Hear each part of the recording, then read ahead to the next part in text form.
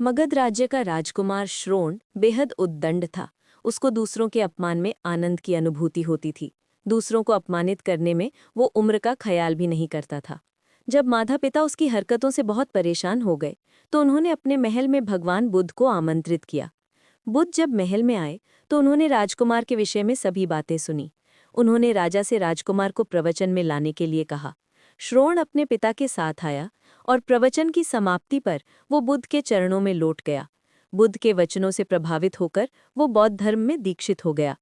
उसका जीवन पूर्णतः बदल गया।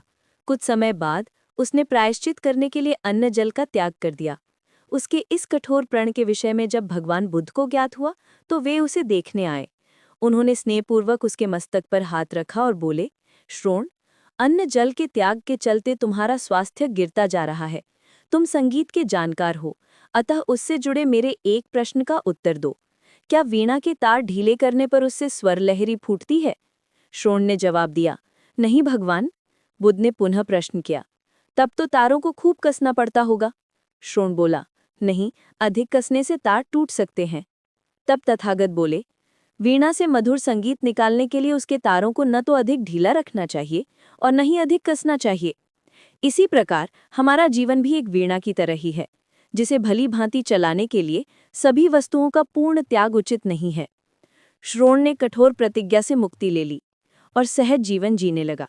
ये कथा जीवन को नैसर्गिक तरीके से जीने पर बल देती है, जिसमें उचित आवश्यकताओं की पूर्ति और अतिरिक्त इच्छाओं पर नियंत्रण का संदेश शामिल है। यदि जीवन को आवश्यकता, पूर्ति और संयम के संयोग से संचालित किया जाए तो परम शांति प्रदायक होता है।